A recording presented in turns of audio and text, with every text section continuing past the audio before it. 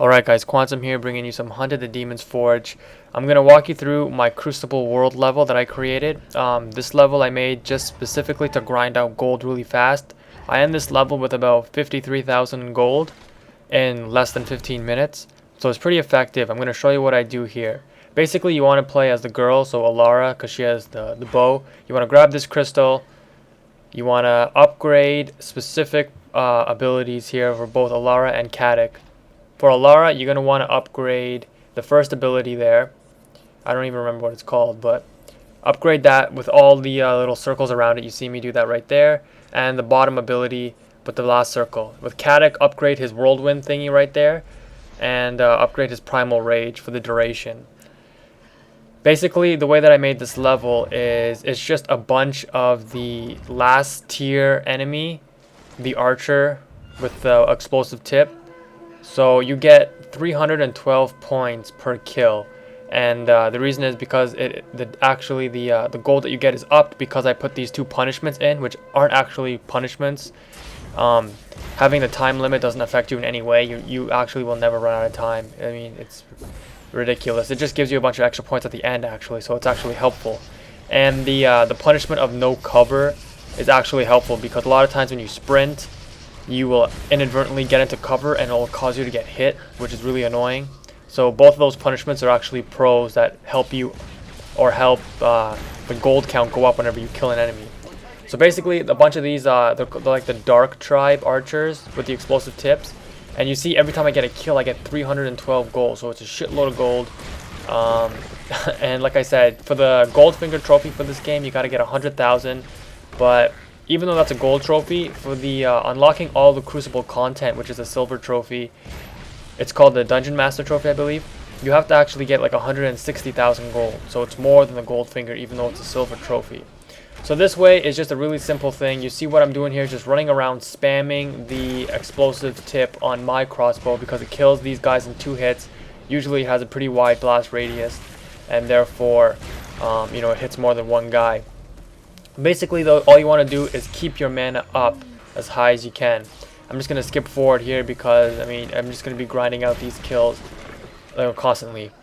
So always go for the mana jars, keep your mana high, you know, watch your health, but generally it's not too big a deal. Katic may go down once or twice, and you have to revive him because if he dies, you know, the whole level's over, you won't get any gold, so make sure you keep on top of that. If you go down, mash that X button, hopefully Katic will revive you. I go down once at the very end of this map and I kind of panic. I was like, shit, if I lose after like, you know, 13 minutes of play, I'll be so pissed because I had like 40,000 gold and I didn't want to lose that obviously. But, you know, don't try to grind out gold in the story level or with other Crucible worlds because it's just really inefficient and a waste of time. Like I was grinding out gold in a level that I made and I was getting 10,000 gold in like 25 minutes. However, I didn't have everything unlocked. Like when I reached like tier 27 of 30 or something like that, which is the max. Level 30 is the max. When I was at tier 27, I unlocked these enemies, which actually gave me, you know, the most efficient kind of way to get gold, I guess.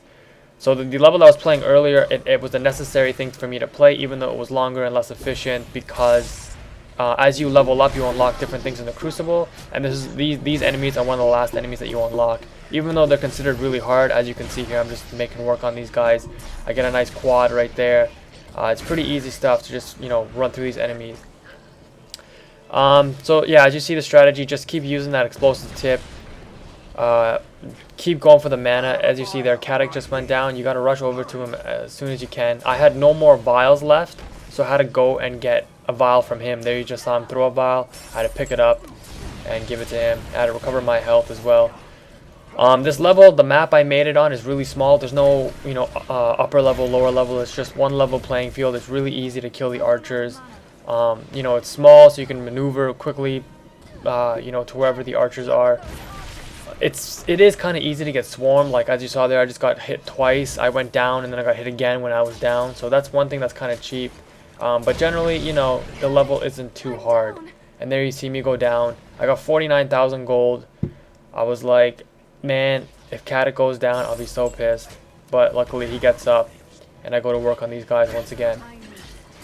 So yeah, it only takes you about 15 minutes to grind through this level. Keep spamming the explosive tip bow. If you run out of mana, look for mana as soon as you can. Run around the map. Don't get into too close quarters with the enemies.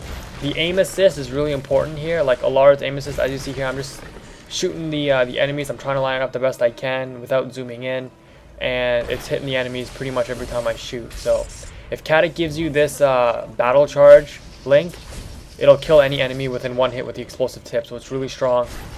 Just go on a rampage when you get that. But basically, I'm just going to play out the rest of this match here. It's pretty much coming to an end. The way that I have it set up, it's 60 enemies per wave, all the same enemies. It's 20, 20, 20 on wave 1, 20, 20, 20 on wave 2, 20, 20, 20 on wave 3, 20 being the amount of enemies that come on each specific loadout that you can put an enemy on. So it's 20 of the same enemies for each of the slots in each of the waves, 180 enemies total, all being the Dark Archers. Really easy, as you see there, 52,728 gold. At this time, I was in about 15 minutes, just about, including the minute and a half at the beginning of the game when I was, first loaded the map and, upgraded my stuff. So don't even bother when you come to the second room if you're playing my level. Don't bother to, upgrade your stuff because you're just going to come to the end. And there you see there, unlock tier 30 of 30, which is the final level you have to reach to get all the Crucible content. And you're going to see me unlock the trophy in about 1 second. There we go. Dungeon Master. So now that I've shown you the level, I'm going to show you how to get to it. Basically, from the main menu, you're going to go to Adventure. You're going to go to Browse Maps. And then it's going to kind of show you your maps. It won't show you my maps, obviously. If you go over, it shows you the developers' maps. And go to All Creators. If you go down, I think I'm rank 50. So just keep going until you see my name, Quantum Mercury. There it is, rank 50. Click it. And you're going to want to play the map that says Golden Giant Friendly. Dark Demon Souls is actually a really hard map that I made just for fun. Quick Gold Mission Room was the first map that I made before I unlocked the guys to make, even more gold, which was I explained in the a little earlier.